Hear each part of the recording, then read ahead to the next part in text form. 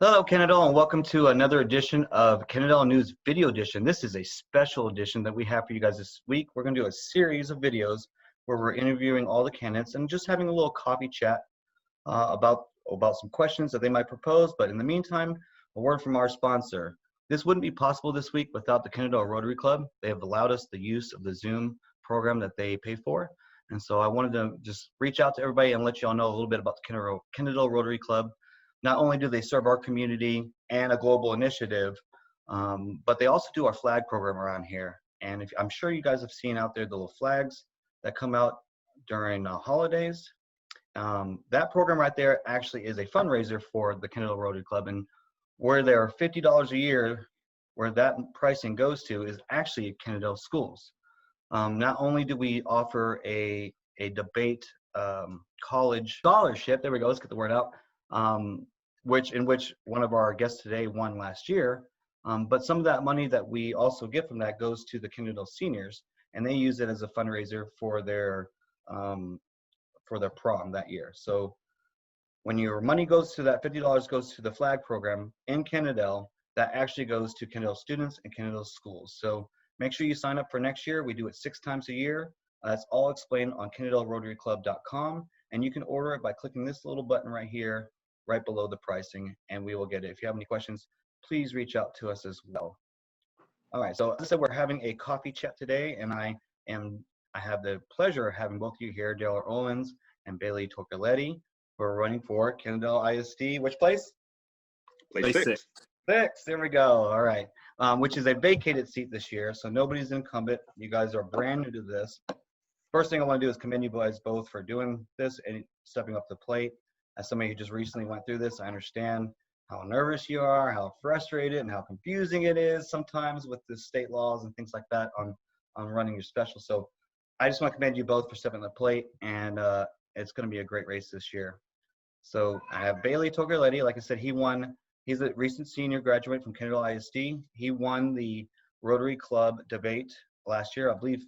Second place? First place? First place. First place. You got the first place. And again, Yes, that program money goes to his college fund for that. And then we have Darryl Owens, who's also a member of Rotary and a local businessman as well. And so I have a pleasure of having you both. Today we're having a coffee chat, and here are the rules that we've all agreed to. Basically, each candidate has given me and each other 3 topics that they would like to discuss. So we have 6, and then I have added 1 at the end. This is an open discussion. It's not going to be timed. If the answer is yes, the answer is yes. If the answer takes a lot of adjectives in 5 minutes, it takes a lot of adjectives in 5 minutes. And of course, we can all discuss this together. I'm sure that we can have a vice presidential debate and not a presidential debate with all these this week. And I'm very confident in both of you for helping us out with that. So let's begin. I have the first question is for Darryl Owens to start out. And the topic of discussion is maximizing college credits for KISD. This is a topic proposed by Bailey. Well, Jeff, thanks for having me on with our coffee chat discussion here. I think it's a great thing to do, an opportunity for everybody to see who we are and some of the things that we hold dear. The first topic of having, college credit for KISD students, it's pretty big to me. I've had the privilege of having 2 daughters go through Kennedale ISD, both of them trying to get as many college credits as they could before they went to college. The point is that the more college hours a student can get while they are in high school means the fewer college hours they need to take when they get to college. The fewer hours you take, the less money that is going to cost. And even if you pay for some of it at the high school, you're going to pay a whole lot less while you're in high school than you will when you get to a 4-year, college university, even if a 2-year. So it's very important. There are a lot of schools in this area, almost all of them that I can think of. They have an opportunity for the students to earn college hours. But I think that's an area where we have an opportunity to do a little bit better. Other schools in the area offer opportunities for a lot more college hours to be earned. Yeah. So Arlington, for example, they have a big program there. There's Everman, Fort Worth, Arlington, Grand Prairie, all of them offer a whole lot more. And Kennedale is an awesome school district, but we can do a little bit better in that area. And I think if we step up to the plate, whether we're working with the local community colleges, TCC, or we're working with, UT or Texas Tech or any of the other schools that offer programs that I think that we're affiliated with, we need to step up that effort. I think it benefits all the parents, it benefits all the students. It's a win-win for everybody. So we need to put some attention there, and I would support any effort that would be coming out that would allow us, to earn more than they can right now. Well, Bailey, this is your topic idea, but obviously you can give us some insight that Darryl and I don't have because you recently had to go through this yourself, or still going through it, I'm sure. So what were your ideas about that topic? It's actually my idea, but Yeah, they're backwards. I messed it up. You guys could have corrected me earlier. Okay, go ahead. Okay, well, first off, thank you for having me, Jeff. And like you said, with the Rotary Scholarship thing, it is a great program for anyone to get involved in. It helped me get textbooks for my classes. So again, thank y'all for having me, and thank you for promoting that opportunity. Now, on my insight into the college credits, especially at KHS, I've noticed that we have a great relationship with TCC. And I know recently this last year, they actually unveiled the on-ramps program through UT. So I know currently the administration is really working to already maximize these college credit hours. Personally, I graduated high school only about a semester shy of an associate's degree. So I know that there are plenty of opportunities that are currently present.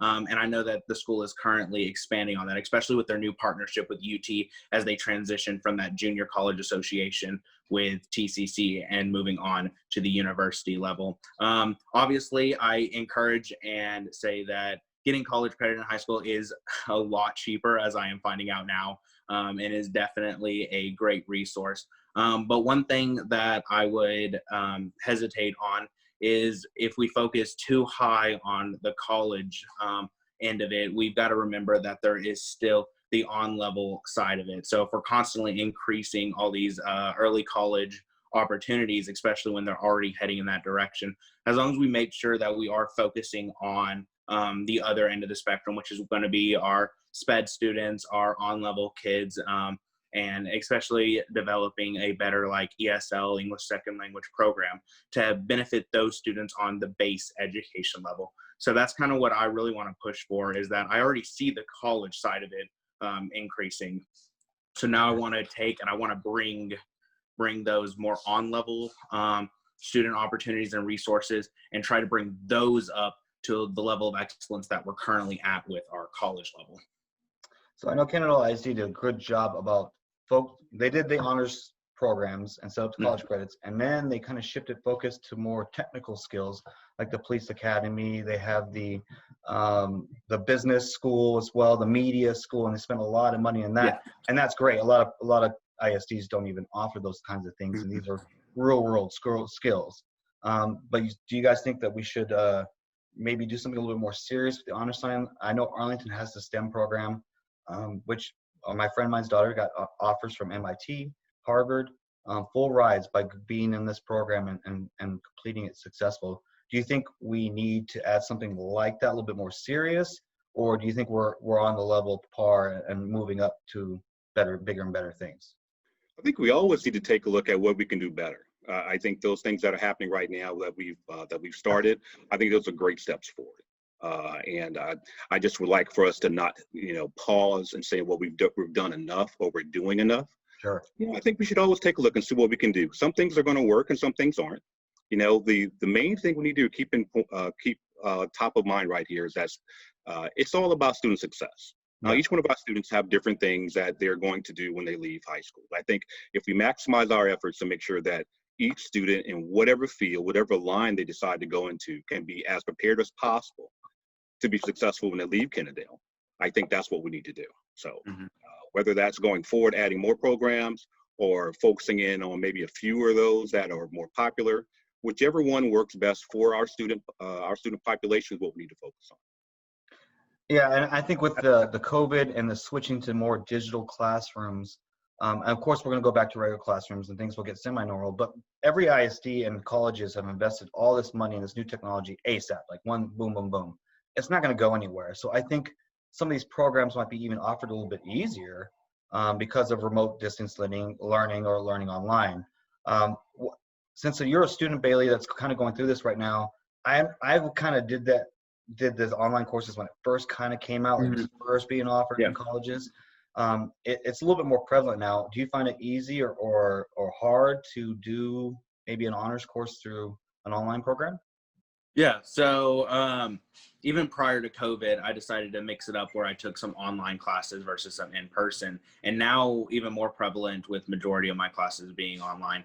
I've noticed that it seems, especially talking to other peers, that their attention level for students has definitely decreased, because I feel like right now we're a generation of engagement and very hands-on learning. So the digital age has definitely shaped our generation, but I think that these online programs are definitely making things more difficult and really showing that you have to have more perseverance than in the past when it comes to traditional learning environments. So personally, I think that, the online is the right step with the current situation. It's kind of what we have to do at the moment to keep the kids safe, which has to be the number one priority.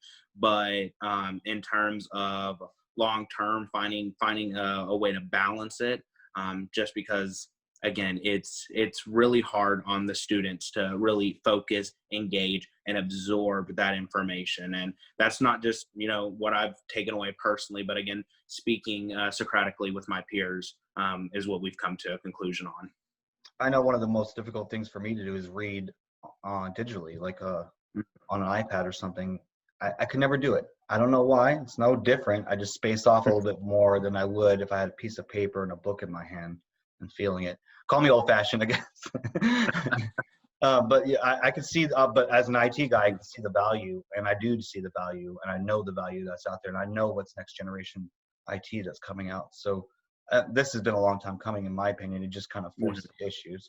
But let's go ahead and move on to the next topic. And since I kind of screwed that up, I'll go back to you, Darryl, and then I'll just give Bailey the final say at the end, the last laugh.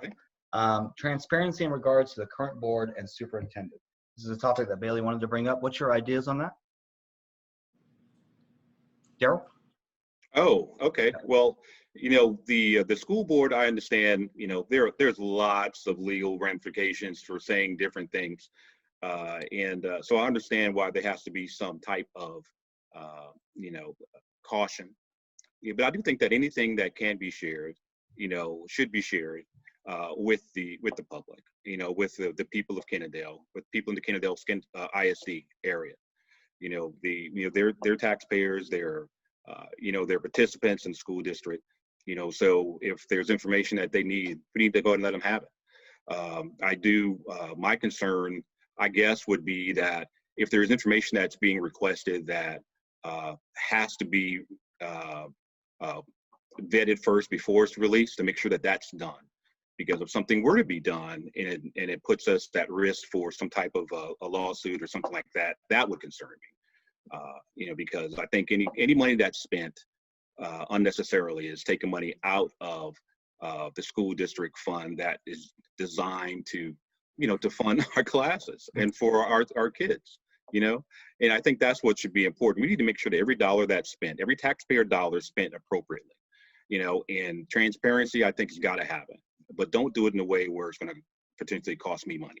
And as somebody, we all pay taxes. And if we pay taxes, that's our money. So don't waste our money. Yeah, and highest tax of all the taxes that we pay for property as well. So I can understand where you come with that. But Bailey, what are your thoughts? This was your idea. Do you see that the administration might be lacking somewhere with transparency? Definitely, Jeff. I think that the main issue here is that with speaking to members of the community, it seems like there is a high level of lack of trust in some of the ongoings of the board and the superintendent. Now, whether all of that is, designated correctly, it really comes down to the fact that a school board or superintendent, their main priority has to be to the people. And so I definitely think that right now we are lacking in transparency. We have an ever increasing number of closed sessions going on with the school board, whether it be issues with getting recordings out there or notices out there. it's different things like that, to where if you don't have that foundation of trust from your community, those are, as Darryl said, the taxpayers, the participants. If you don't have them on your side as a school board, then the entire system is just falls apart. It's like, a gearbox that's running against itself. So I definitely think that there should be ways of information being pushed more mainstream, the action of the school board being pushed more mainstream. Now, again, referencing Darryl, I know that there is levels of confidentiality that a school board must associate with due to legal ramifications. And I think that's why districts have attorneys that they can call towards to make sure that everything is in legal guidance. But if things are being held back, that there is no legal reason why they should be held back, I think the people of Kennedale deserve to know what's going on. And I just feel like right now there is a lot of trust issues between the parents and the board and superintendent. So I know, like, for example, Kennedale News, we give the ISD their own little corner. They have their own login. They can post what they want. Their website's pretty active. Their Facebooks are extremely active. Do you consider that transparency as trying to get all the information out in as many venues? Or do you think it's still kind of lacking on just the ISD, I guess the board side? Well, I think the big thing is being more open. Again, like I referenced, there's a lot of closed sessions. So even when the board is in session and people know about it, some of the things that are going on behind closed doors. And then I've also spoken with some parents in the district that have proposed to board members things that they would like to see on the agenda. And I've been told that those would be put on the agenda just to get shot down prior to meetings. So it's definitely, there is activity on the Facebook, Twitters, stuff like that. But now whether it's the right kind of activity, like I said, if you want to push out information, we got to make sure that we're pushing it out all. We can't give out a facade that everything's great, because at the end of the day, we have to make sure that the people know what's going on, even the nitty gritty stuff. Again, so long as law dictates that can be allowed to be pushed out. I think one example of just things that really has the community kind of riled up was the incidents regarding the recording of the board meetings. And though that could be deemed as a misunderstanding, there also has to be levels of that did hurt the trust the community has in the board, just because there's that negative light. So in the event that situations like that happens, the board has to make sure that they are communicating with the community to make sure that those relations stay strong, so that the district can move in the right direction in the future. So, in addition to what Bailey, I'm sorry, go ahead, Jared. I was going to No, I was going to say, in addition to what Bailey said, I think that's a good idea. I think, what it sounds like, what I think is needed here is that an opportunity for building, and I think that exists. So, how we go about doing that, we can all talk about that, but I think we want to go ahead and build trust as much as possible between the board, superintendent, and and the KISD, students, parents, and anybody else who's in the area that has a vested interest. So we want to be together, and I think that any way for us to share information as quickly as possible, as long as it is in a fashion that won't jeopardize, some standing in the district or whatever, I think we ought to take a look at doing that. But, again, let's make sure we do it right. Don't just do it haphazardly. Again, everything costs money, and it's our money. Sure, I think we all can agree that there's obviously, like Bailey said, there's certain times where you can't be public about it. There's an ongoing legal lawsuit or whatever that you have to do behind closed doors for legal reasons. But I would quote Mayor Brian Johnson, which he says, yeah, we're very transparent, but we can always do better. And I think as long as we all have that kind of mentality about it, we can always be better and do better. I think transparency will always be there, and no matter what forms of government in the republic. So let's go ahead and move on. So let's go, Bailey. We're going to go ahead and talk. We have a couple questions on COVID, and Darryl's idea was COVID impact to learning. We've kind of lightly touched on it. Let's just expand it on a little bit more. COVID impact to learning. You went through it yourself. Give us your impressions. So, COVID has definitely reshaped the world that we live in, especially in terms of learning. I graduated class of 2020. Our entire second semester was basically canceled due to COVID. So it's definitely, there has been impacts and sacrifices made by students.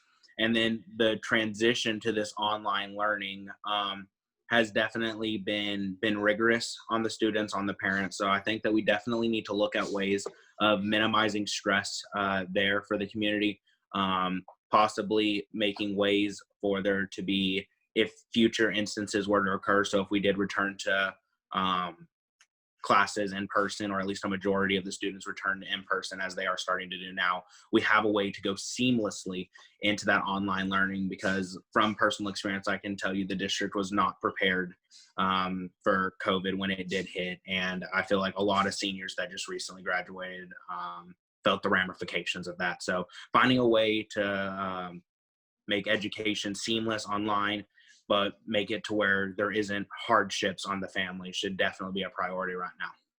Sure. Darryl, any thoughts on that? Well, I think those are some good points. I think that you talked about stress. I think that the stress for not only the students, but also for the parents that are attempting to be teachers. They're not trained to be, well, most of them are not trained to be teachers. And, it adds more, I've seen it happen with my family and friends as well. You're put in a position for something that you feel you're not really qualified to do, and the kids aren't learning as well at home.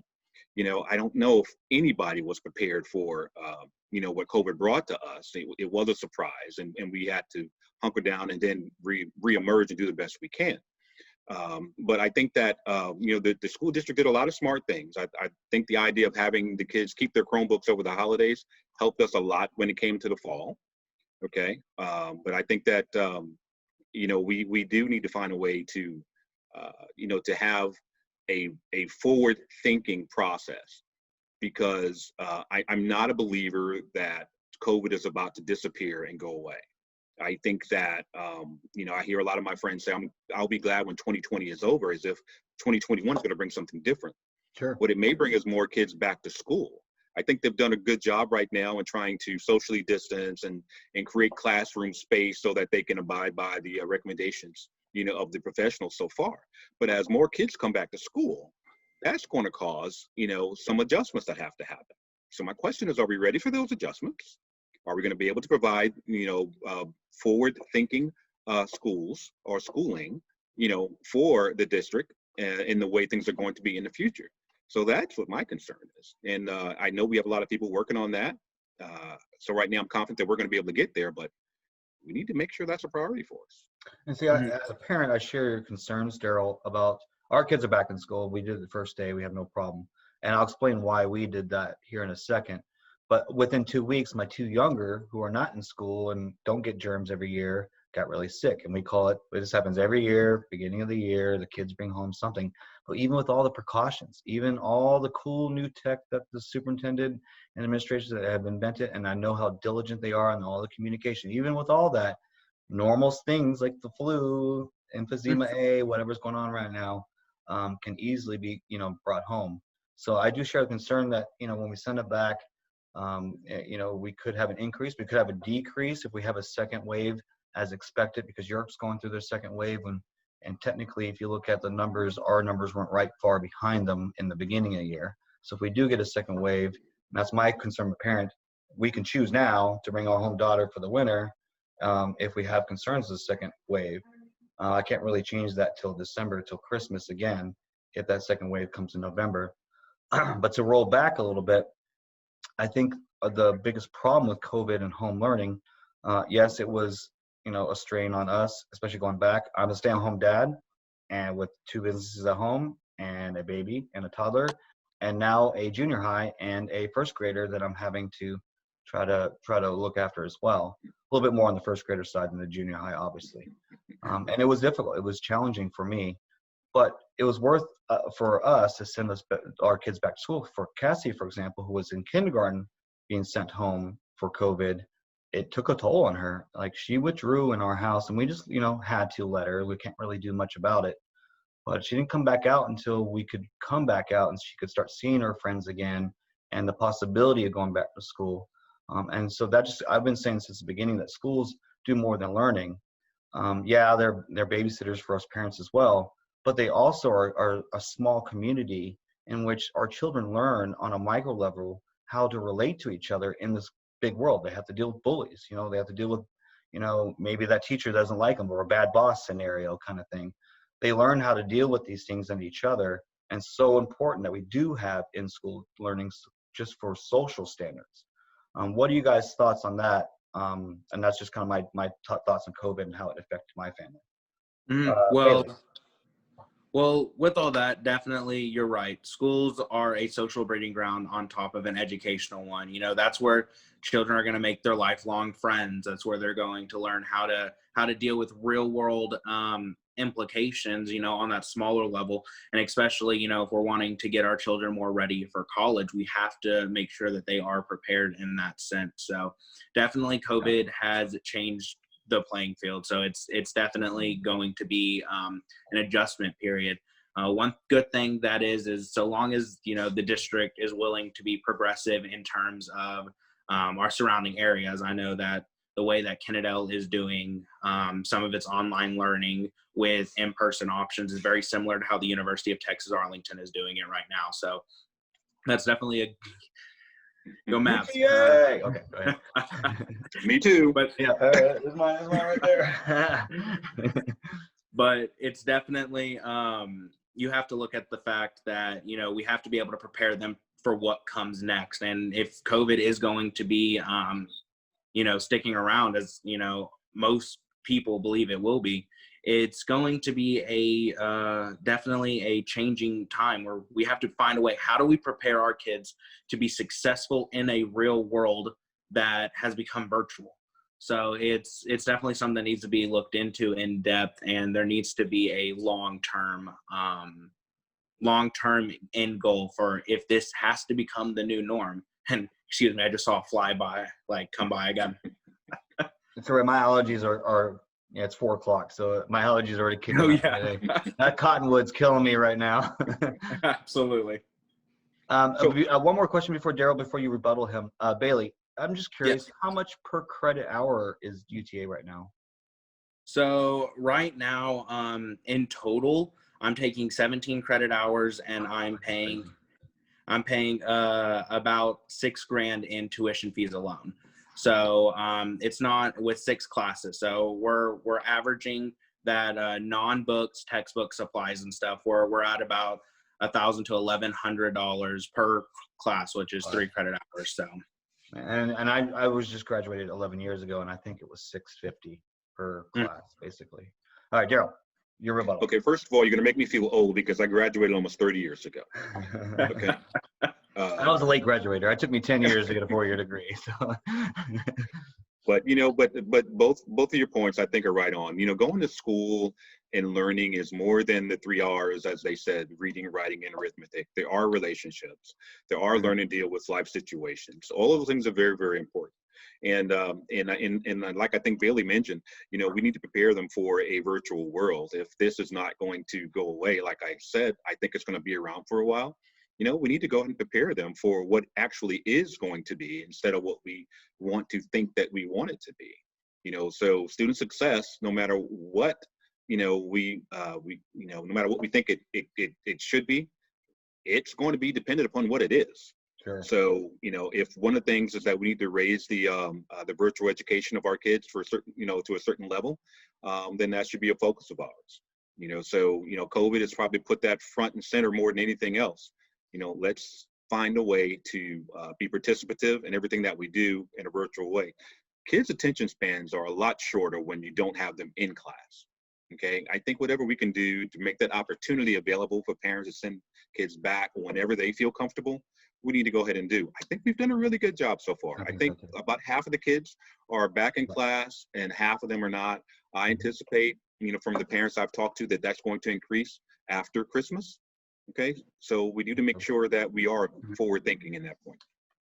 Definitely. And if you don't mind me adding, one concern that I do have going forward, though, with virtual learning is I feel like we have to make sure that we aren't substituting our teachers, because they are giving everything to the students right now. And with virtual learning, we want to make sure that we're not putting such a reliance on a program that's going to teach our students for them, that we're putting our teachers at risk for their careers. Because right now, I mean, they're dedicating everything, all their time, stress. My mother's in education, so it's a crazy thing right now, and so I definitely want us to be able to find out how can we implement virtual learning while keeping teachers in place, not relying on softwares. I know that there's a pushback and a divide in the community right now over the Edgenuity program that's being implemented. So it's something that I think we need to find out, what is that healthy balance to where we're not going to put some of our most amazing community members, at risk of having to search for a new career field. Mm-hmm. And I'll just kind of throw a thought for you guys moving forward. You don't have to rebuttal, but in the IT field for the last 20 years, we started really being philosophical about what technology is going to do to humans, human natures, AI, just kind of grasping those Asimov ideas and really having a discussion about it. And so what I want you guys to think about moving forward is that side of the virtual learning. How will our grandkids and your great grandkids, Darryl, look 20 years from now if we do move to a more virtual environment? So just kind of moving forward, you guys are leaders. I just want you to kind of consider that and keep that on your tongue for debate later on. So let's move on to COVID policies moving forward. I believe we're back to Darryl. I think I'm back right? Correct? That was a Bailey question? Yes. Okay, go. Policies moving forward. We both and all agree that policies currently have been great, especially considering last minute. Let's just jump on it. Moving forward, maybe a second wave coming. Vaccines are on the horizon, but just in general, let's not even call it COVID. What if this happens again? Go ahead. Well, I hope it. If it were my decision, COVID would go away right now and be done with. Okay. I don't think COVID is listening to me. I don't think it operates on my timetable. I think that it's a lot more the opposite, that we're working on the COVID timetable. So I think we have to be expansive. I think when I say that, I mean, a little bit more agile and being able to plug. There are going to be moving parts. You're going to plug people in where they fit in. And I believe that the superintendent and the and the principals are probably the best ones to do that, because they're the ones that are controlling the classrooms and in conjunction with the teachers. You think about if some of our teachers, and I'm sure some of our teachers are probably going to, be infected with the COVID, virus. So we're going to have to be ready to move people around. I think Bailey mentioned substitutes earlier. We don't want to have substitute technology, training our kids. Well, we want to have our teachers that are the highest trained to be teaching our kids as well. But I think we have a good opportunity to have the substitutes in line that we already use. Let's make sure that they are up to speed, so that if they are called into the classroom to work in a temporary capacity, that they can provide what it is that our kids need, while they are there. Okay, we want minimal drop off. Okay, we don't want somebody to come in for whatever the incubation period is or the recovery period, and our kids go down to the type of response that we got during last year's, at the end of the last semester. I don't think that there was much done compared to what they are trying to do right now. So the level that we're at right now, we need to at least maintain that. So whatever we need to do with human capacity, not AI capacity, in order to continue to do that, we need to go ahead and look into. Okay, Mm-hmm. Bailey? Definitely moving forward, we definitely need to come up with different ways to make sure that everyone's protected and safe. If I recall correctly, I believe 9 of our teachers currently have tested positive for COVID. So we need to find a way to make things safe. And I think that if there is a second wave, Jeff, as you said, coming on in the horizon, then we need to figure out, okay, what is the basic policies that the school district needs to implement now in order to keep everyone safe. And I think, some of the simplest things that the CDC has recommended, we should have mandatory masks. And I know that there's petitions from students that currently are wanting that safety measure implemented to make sure that it is seamless. Temperature screenings, a lot of people think in general that setting up temperature screenings in front of school buildings and all that, it sounds verbally like a big undertaking, but currently at the place I work, they are able to screen 3,000 employees with two individuals every hour and a half, just moving on through. And I know that our school facilities don't have even close to that many people coming in at once. So definitely, I think we need to implement policies that, proper PPE needs to be accessible to the students, faculty, administration at all times on campus.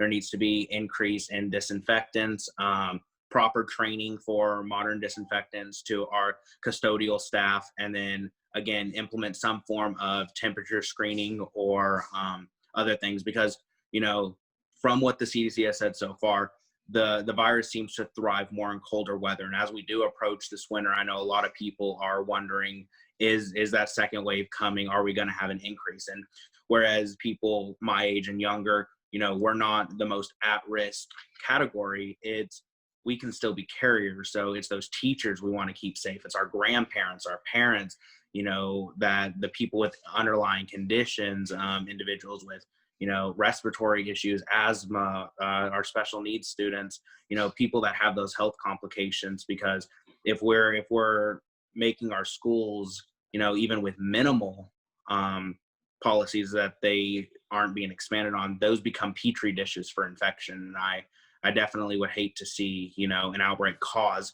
all the students to go 100% virtual again, just for the fact that I know the impact that it had on myself graduating and some of my peers that have now moved on to university. It's an emotional and psychological strain that I would hate for any of our students to have to go through again. So let me, from a parent's point of view, explain maybe some of the policies, and we'll see if it changes both y'all's thoughts on this. Over the summer, they had, they put together a group of teachers, parents, and administrative, and came up with all these security and safety protocols moving forward based on CDC guidelines and the Tarrant County Health Department. And so from the bus, the first starts with parents. Parents need to be taking temperatures in the morning. If there's any question at all, keep them home. They won't be counted absent because they have their tablets or laptops and they can log in. This is mostly for the older kids. Obviously, the young kids are keeping their tablets at school right now. When they get there, if they feel sick, there's a quarantine area and they separate them from the group. It's immediately put on their website. It's immediately an email sent out to all parents. I've already got several, one from Delaney, two or three from the junior high. These kids are sent home. And if it has to directly involve my kid, I will be individually called or emailed about the situation, explaining that, hey, somebody in that class is tested positive. Now, as far as the classrooms go, I'm hearing from students two different things going on. One, they use the software to design the classroom to keep the desks 6 feet apart, right? But not all classrooms are able to do that. So some classrooms where they're not, the teachers are requiring them to wear masks in those classrooms. But where they are able to, they're able to take them off. Also, all the elementary schools, all the kids, they have a mask. They forget a mask or don't want a mask or whatever, didn't bring their own. There's a mask accessible for them at the school, the shield ones the shield ones, which was given to us by the state. There's hand sanitizers galore. Custodial class does an amazing job cleaning not only their weekly deep clean, but every day they go around with this spray that magnetizes around everything, kind of disinfectant. So I just want to make sure that you guys understood that there was a lot of things in place. Do you still, after knowing all this and all the safety precautions, the one thing I would say that nobody has control of is our kids. We're social human beings. They're going to get close to each other. They're going to, wipe their nose on their arm or whatever and go to the bathroom. But besides putting that aside, do you think, knowing that that's what's going on from a parent's point of view, do you think that the school's doing enough? I mean, obviously we could always do better, but putting that aside, do you think for now it's enough? I'll go back to you, Bailey. Okay. Yeah, definitely. We could always do more. Those are good implementations, but I definitely think that we have to, again, still let's look at, what is the current, contact tracing that the school is using, see if that is completely accurate. students are going to be social. There's nothing that can really be done too much regarding that. And I know that that's something that's going on a university level as well. But, Yeah. We have to see where we can make improvements. If classrooms aren't set up to be 6 feet apart, can we look at maybe alternative methods for teaching those in-person classrooms, relocation, or maybe because, COVID is going to be something that sticks around for a while, looking at investing in possible structural renovations that could allow for better social distancing, whether it's, adding different like plexiglass or something. I know that some of the universities centers we use, the teacher's desk has just hanging plexiglass in front of it so that they can still deliver their message. The elementary schools have that as well here. Okay. Yeah. Okay. Actually, the Rotary Club is one of the ones that helped set it up. Okay, awesome. But that's definitely, I want to see something like that implemented to every district, because like I said, we have to, and I'm big on temperature screenings and preventative, any form of preventative and action that can be taken should be taken. So, I definitely do think the district is doing a good job now. We're working with the resources that they do have. I know Rotary Club's been helping with that as well. So it's something that, as long as we're looking to expand and be fluid and not say, enough's enough. If there's a new program or a new way to add a level of safety, there should be no expense that goes without being used. So definitely we need to always be progressive in that manner. Darryl? Yeah, I agree with those points. The plexiglass, when we put them in the elementary schools, I had a chance to be a part of that, and I was happy about that. And I thought that was one of the first things that we can actually do. It was simple, putting plexiglass to separate the students. They couldn't be 6 feet apart. So that was, I think that was a big win for us. I do think that technology is going to change, and new things are happening every day. There's new vaccines that are trying to be developed. There are new technologies for sanitization that are being developed and being offered. And I absolutely, just like was mentioned, I don't think we ought to not look at anything.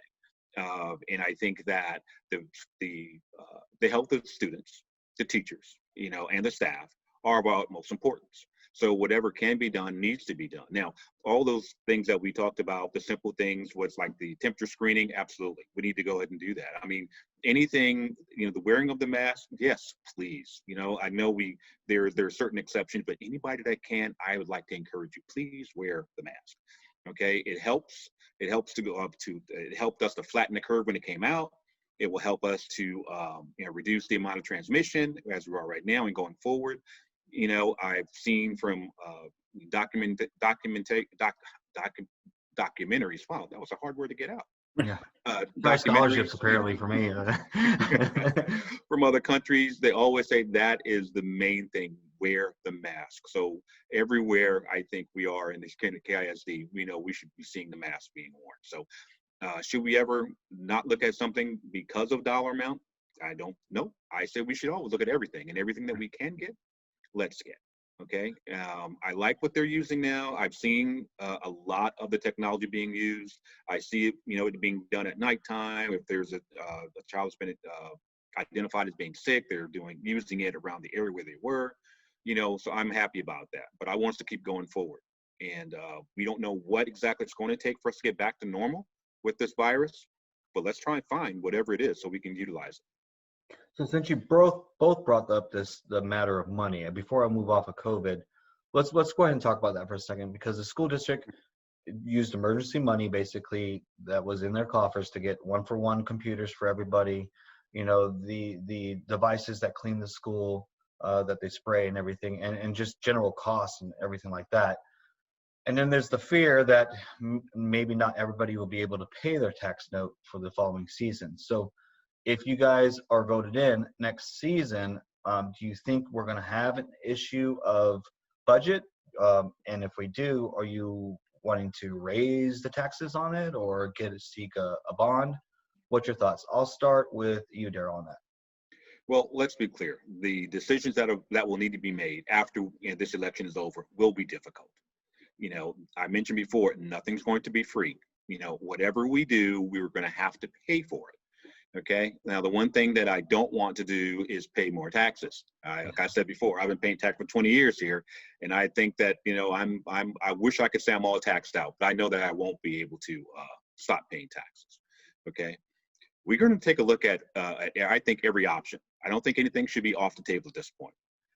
Revenue will be, I'm sure, down. Okay, and we will have to go ahead and close that gap, and we'll have to find what is the best way to do that. Now, there will be an appetite that might be too big for some people to swallow, okay? But that's why there is a board to make those recommendations, to make those tough calls and support those efforts that might not be the most popular, but the right thing to do. So, do I have an answer for it yet? No. Do I think there's going to be some challenges? Yes. And I think that's why we are going to need to work together probably harder than we have in a while to make this work. So Bailey, there's only two truths in life: death and taxes. What are your thoughts?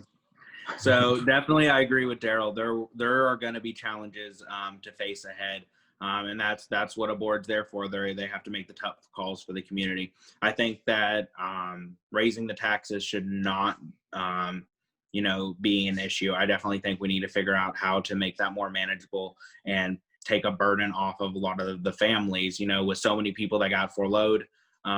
With COVID going on, the last thing is, should there be an additional burden just for their children to be able to seek public education? So, as you said, the district was able to reach into emergency coffers, and that's kind of what those are set there for. And I think that we need to look at all avenues, look at the budget, figure out if there's any expendable revenue sources that can either be dialed back so that we aren't putting that strain on the parents. And then definitely we need to take every avenue for state and federal aid that can be given, look into bonds, grants, anything like that. But we definitely need to make sure that we aren't putting any additional, especially in terms of financial, to the parents. And, if even possible, get any leftover emergency funds that we do have. Let's implement these policies. Let's keep everyone safe, and let's get to a level of normalcy to where maybe we can look at, possibly lowering the taxes in a few years and start getting those rates down. Because I know right now Kennedale has an extremely high tax bracket in terms of educational taxes. So let's look at every option. Again, as Darryl said, I don't think anyone has an answer right now because, you don't know until the bill's due. Yep. So we're going to have to evaluate it. But in terms of raising taxes, I think that's an absolute no contest. We can't go that route. So let's look towards federal, let's look towards state, and let's reevaluate our current budget and see if we can maybe close the gap there instead of relying on our parents. Okay, so let's move on. You both had some ideas about facility management that were very similar, but I'm pretty sure you guys had two different ideas. So let's see, I had this for Bailey first, right? Facility management, that was yours, Gerald? Yes. Yeah, so topic is facility management. And again, Bailey, you just went through the school system. Give us your thoughts on that. So that is one thing that I definitely think, though I love Kennedale, absolutely, I do think there are some lacking issues there. And, two main examples. Well, first there was the fight for the playground at Patterson, making sure that those kids had that. I mean, kids have to be able to play. They have to be able to have recess. That shouldn't have been a questionable decision to begin with. And then you look currently at the condition of James A. Arthur's gym, which I know a lot of parents and community members there's been a buzz about. Portions of the roof is falling in. So it's what can we do to make sure that our facilities are up to par, because we can have the best virtual learning. We can have the best teachers in the district. We have the absolute best administrators, a school board that is upfront, as transparent as glass. But if the facilities in which we are trying to foster our youth are not up to par with the expectations we're putting on them, then you're automatically going to have burdens to the education system. So I think we need to look to improve our facilities. I know to get the Performing Arts Center at the high school when I went, to get some renovations there, it was an extreme hassle until finally an inspection board said that the fly rail system was just plain dangerous to be there, and they had to close off the stage. And it's, why are we waiting for things to get to this level before we're looking at expanding? I know that the last renovation prior to that was they came in and they moved all the thermostats up the side of the wall because they were worried about the electric bill. You know, why are we waiting until things are falling apart? Because what happens if one of those panels of the roof fall on a child? You know, we have to look at that. As Darryl said, we don't want money being spent on any legal issues. So let's go ahead and be proactive. The district needs to stop being reactive to the status of these facilities. You know, we need to have facilities that are up to par with our current taxes.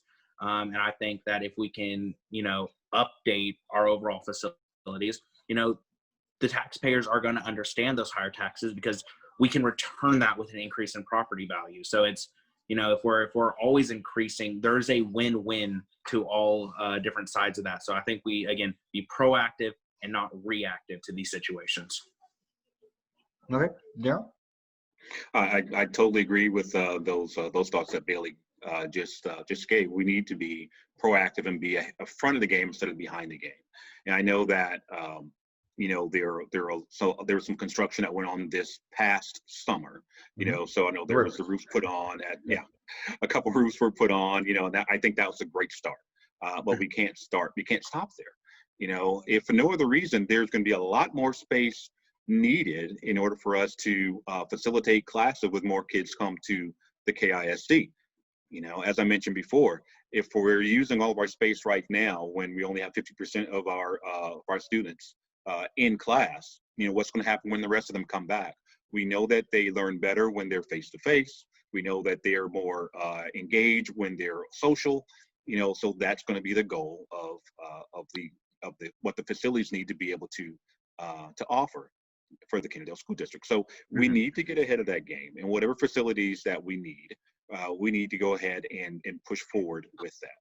So in addition to that, in another couple of years or so, when K4 becomes required, then we're going to need even more space.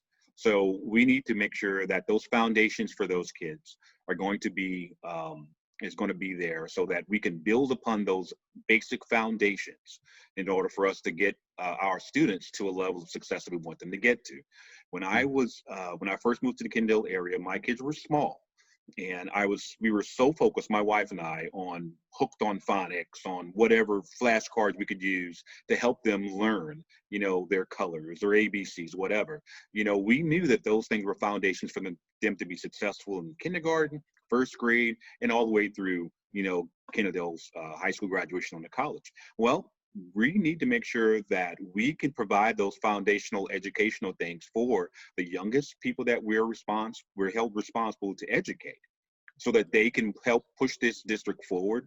Our scores go up. As our scores go up, our neighborhoods are more attractive. The more attractive they are, the property values will help support that. And that means that our taxes will be less because we don't have to pay as much in order to maintain the budget that we have right now. So we need to go ahead and get these facilities where they need to be, so that we can offer what it is that we need to offer, so that we can have the KISD that we all want. So, Darryl, Bailey's question was basically the current state of the facilities, and he's kind of touched over that. So let me narrow that question down a little bit, and I'll start with you. Is which facility, which school do you think needs more attention? And I'm going to come back to the playground one here in a minute. Well, I've spent a lot of time going through some of the elementary schools, and also the part of the admin building that had classrooms in it as well over there. I do think that's a major focus. I think that K4 area being ready when we have to offer that really needs to be addressed. You know, Bailey talked about the high school and upgrading. I think that's important, but I think those smaller campuses that I've had a chance to walk through are the ones that I think are probably top of mind for me. Okay. Ed?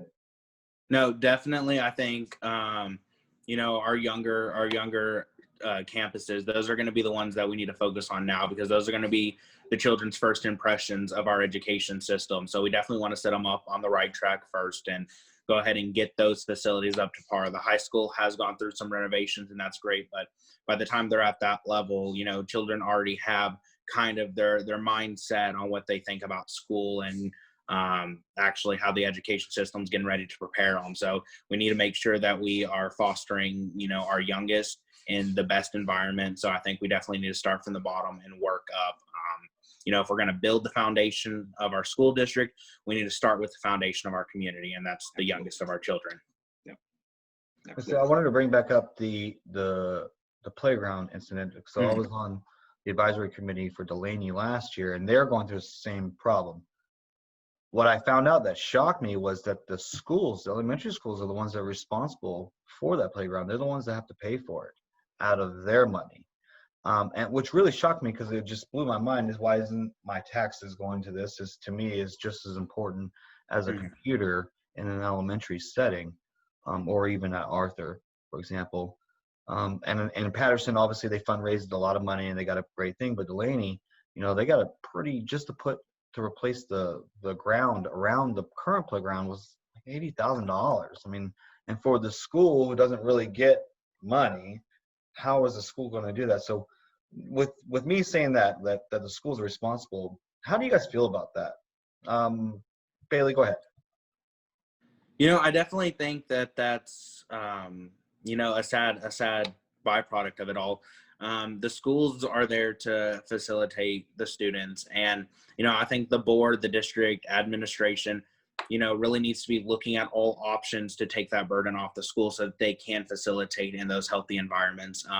It should never be a question of, is our budget too small to provide children, their basic needs? And whereas some may argue with me, I'm sorry, elementary school children, a basic need is to be able to go outside, be able to have recess, something of that nature.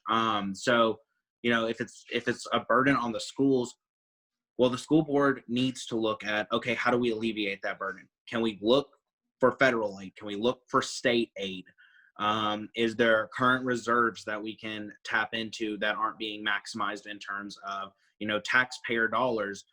Parents want to see their children enjoy school. And so with, Patterson now has their amazing playground, and I've been able to see it. And, what do we need to do to get that over to Delaney without, the principal of Delaney having to look at, okay, is it a playground or is it educational resources? Is it a playground or is it books? Is it a playground or is it, writing supplies? That shouldn't be the question. So I definitely think that, the board needs to look at what are all the different options to take the burden off of those necessary, things that children just need as they're developing and going through those early schools.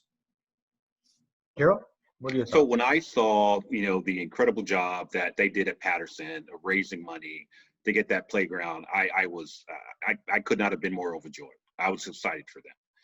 They did a great job. And I think that the responsibility for the schools should not be geared in that particular direction. I think it's great that they did it, but I think that because a particular school is not as great at fundraising as another doesn't mean that they should not have the type of facilities that are required in order to have a successful school. And I think that the principals at those schools should be focused on what happens inside. And I think that there should be a way for us to get those playgrounds up to a level that is exceptional without them having to turn themselves into fundraisers. Sure. Okay. So how do we do that? Well, that's the $1 million question. Well, how do you do that? Okay. Who takes that responsibility? Well, I don't have that answer yet, but I do believe that it shouldn't be the principal and the teachers at that school. There should be some place where we can access funds. And there should be someone that can help, from whether it's from admin or someone somewhere other than from inside the school that can go ahead and raise some money to get those schools playgrounds to where they need to be. They're social. We just talked about that a little while ago. That's a huge part of them going to school and them growing into the human beings that we want them to be. It's a big part of them being, successful elementary, junior high, senior high, and post high school, no matter what profession they're going to go into. Okay, so it does start with where they are, but I just don't feel comfortable with saying that the principals are the people that are responsible for that. I think we ought to find a better way.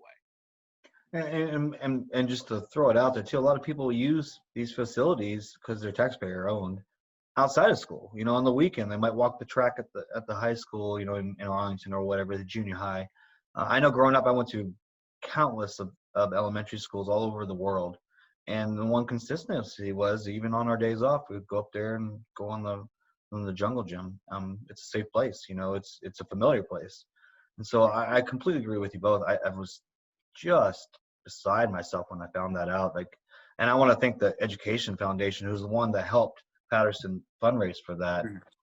If we didn't have that kind of nonprofit around here, or even Rotary Club supports the ISD, so if we didn't have community support, I think we'd be way worse than some of our neighbors are. So, yeah, I just wanted to throw that there. I don't have the answer either. I think that as a school board and as parents, we do need to evaluate that. That's the principal. I think you said it the best, Darryl, is the principal should be worried about the interior, not the exterior. And that should be a administrative thing. The administrative had fixed the junior high football fields. They redid the fields, and they were talking about doing baseball before the COVID comes. So if administration is going to do the outside stuff, why not the playgrounds? So that's the most important thing in my opinion. But we do have a beautiful high school football stadium, which I know was part grant and part state money, state money, I believe it was. And a lot of those places out there that do have these beautiful Friday night lights kind of stadiums, a lot of that is state money.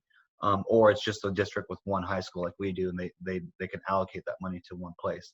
But I do think, you know, we could easily get a playground that lasts 20 years for $100,000. And as somebody who's on the Parks Board who looks at this stuff all the time, it's not cheap. I know it's not cheap, and anything that has to do with government or ISD, they're going to come in really high on bids. And at the same time, there are government standards on these bids as well, so people don't underbid and do a horrible job. So I think a lot of people don't understand the kind of pushes and pulls in this. But moving forward, I think, you know, as all of us as leaders, as parents, and you guys as leaders community, that we do need to have this discussion about these elementary schools, and those facilities should be included in my tax paying money. I really believe that. So last question. You guys have done very well. Again, thank you for showing up. The obvious elephant in the room, and you guys know this was coming, was we have a very young man, just graduated from high school, who's going for leadership role in Kennedale. We have a very old man, and I can say that because Darryl and I are friends, so I can tease him about that. And do you think that age matters? Do you think is it your strength, your weakness? This is mine. Since I screwed up earlier on the order, I'll let you go first on this, Bailey. Okay, absolutely. So first off, you know, it's no secret I am 19 years old. And, you know, that may seem slightly outlandish at first, but when you think about it, a board, you know, if we're going to foster diversity in our district, we need to be able to look at diverse viewpoints. So we can put, you know, plenty of people that would say, oh, they have life experience on the board. But my argument there would be, I just lived through the last cycle of board policies and the things and the implementations, the consequences, et cetera. You know, I felt the ramifications every day firsthand. So I definitely think that if we're going to want to diversify our board and look towards the future, we need to be able to have different viewpoints. And so I think that being younger is definitely an advantage, because it helps in making sure that we are looking at all avenues, especially, you know, if we are going to be moving into a world that's more virtual, more tech savvy, you know, we need to be able to take into account, you know, the experiences with technology as it's developing. You know, our younger generations, I see 4 or 5-year-olds that are getting their first smartphone, and you know, we shouldn't shy away from using and taking advantage of the advanced development of, you know, younger people. So I definitely think that it is a attribute that I am proud to have, something that I think will diversify the board if elected. And I think that, you know, in terms of education, life experience, stuff like that, no, I may not have as much on my resume, but I think it shows a lot that, you know, if we have 6 other members of the board that do have life experience, let's make sure that the rest of it is diversified, and let's make sure that the rest of it is, proactive. I'm giving, I turned 18, and the moment I turned 18, I came to put my name down for election. So it's, I think we should not judge a book by its cover, but by its contents, and show that, leadership has no age. It has all about what you're willing to give to your community and give to the people of it. So definitely I'll pass it on to Darryl, but I definitely think it's an asset of mine, and I think that it would be an advantage to the board to have someone younger. And trust me, I can totally understand. When I started my service, I was pretty young, and we get the pat on the head. I could completely understand what you're going through. And after 10 years trudging forward, I have a little bit more respect now. But that also comes with age, Darryl. And I think you and I both can agree that Bailey is a sharp young man. We were impressed with him last winter during his debate that he won with us. We right off the bat, and obviously in this conversation, he's got it there. He's got leadership. He's got smarts. But do you think that life experience is makes a difference? Oh, well, I agree. Bailey is super sharp. As a matter of fact, I look forward to seeing him in the Senate one day. Yeah. I think, and so far as pats on the heads go, I don't get pats on the head anymore because I don't have any hair. Yeah. There. So they kind of let that pass. But I do think that, whether you have hair or you don't have hair, life experience does, it counts for a lot. It's not how old you are. I'll agree with that. But it's about how it's about the life experiences you've had and your ability to apply those life experience to decision-making processes. And I think that's one of the things that I bring. I know I've lived in this area for a long time. I've bought houses in this area. I bought property. I know how the conversation goes about the school district, whether or not it is an asset or it's not. I know that it is. That's one reason why I want to go and preserve it the way it is. I think that going back is not an option. Going forward is my, that is my goal. Take us to where we need to be so we can be even better. I do think that, the experience of working with different boards and different people of all different ages, races, whatever, is one of the things that I bring to as an asset. Because I've done that working with the city, Arlington. I've worked with, other government appointments. My business is located, headquartered here in the KISD area. So I understand how important being here is. And I understand also how important it is about those tax dollars that we actually are going to be ushering over, because it is my money, and I take it personally, how every penny is going to be spent. Because every penny that I overpay, that I, is taking money out of my household, my table, clothes off my wife's back. I don't get new clothes. I just wear the old ones, so I don't count. But the point is We that can relate. I think we both bring assets. I think we do. But I think when it comes to the board and being able to build coalitions and working with everyone else that's on the board, I think that life experience is going to be very, very important. I think the ability to have conversations and to build consensus about things that are not going to be easy, as we know, we just identified what's coming up. It will be important. So to answer your question, do I think in this case that the difference would I would say that me being older would be an asset? I'd say yes. Okay. And my comments on it are very simple. I see both sides of that argument. To me, it just comes down to leadership, and the difference between a leader and a non-leader is the guy who steps up and volunteers. Like I always think of those movies where I need a volunteer, and the whole military line steps forward at the same time. To me, that's leadership. The ones who want to step up and take the good and the bad and a lot of ugly sometimes too. And the thankless job is because it's very thankless. It's not like any of us get paid for what we do, but I can see both.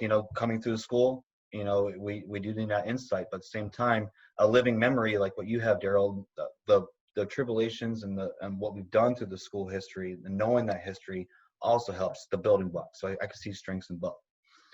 Well, guys, I appreciate you guys coming out and being a part of the show. I'll give you both a final, thought, final say. We'll start with you, Darryl, and we'll let Bailey finish up. Absolutely. Thank you. I want to thank you, Jeff. One more thing. Make sure you include your contact websites, Facebooks, whatever you have. Okay. Thank you very much. So Jeff, I want to thank you again for putting this together and hosting this. It was great, having just a nice conversation with Bailey, and it's nice to know that we all have the KISD's best interests in heart. It's really what we want to focus on. We want to do what's best for this area. So I look forward to to working with anybody in capacity to make sure that we can bring back the best that we possibly can do. So early voting starts tomorrow. I want to encourage everybody to go out and vote. Okay. I only have one page that's on Facebook, Darryl Owens for Kennedale School Board.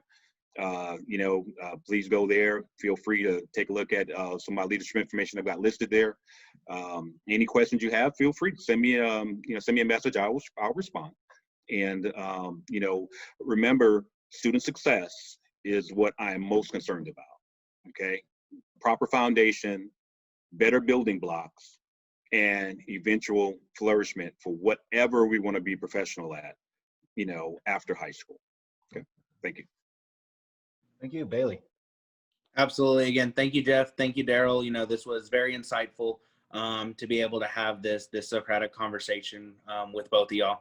I post everything on my Facebook page and Twitter, but Facebook, Bailey Torceletti for Kennedale School Board. I have my emails, phone numbers associated with that. I will always take messages, comments, calls. If anyone has any questions about what I stand for, I post updates, my platform on there, religiously, daily. As Darryl said, early voting starts tomorrow. Get out there, vote. Remember, bottom of the ballot is where your local elections are going to set. Those are the people that are going to, change your way of life daily. So definitely get out there, get to the bottom of the ballot. And then in terms of things that, I stand for and I believe in, I stand for transparency. Let's renovate the facilities. Let's give power back to the parents. And let's look for a way for our students to be flourishing in an environment that is trusted and working together. So definitely thank both of y'all for this. Well, I wish you guys both the best of luck in your races, and it's happy to see that, I had a gentleman's race. It's good to see another gentleman's race, especially in a local community. We're all trying to do the same thing, which is make all of us better, make our kids better, and send them out to the world so they know that Kennedale is strong, right? Yes, that's right. Absolutely. And I thank all my audience who have tuned in and watched this whole thing. If you got here by now, please like, share to all your groups, all your friends, your Facebook walls, Instagrams, Twitters, and make sure you subscribe right below there. Make sure you hit that subscribe button so you can get the next couple of videos. And tomorrow you will get the mayoral race. So make sure you tune into that. This is Jeff Nevarez with Kennedale News Video Edition, Special Edition Coffee Chat with the candidates. Thank you both for coming out. Thank you, Jeff. Thank you.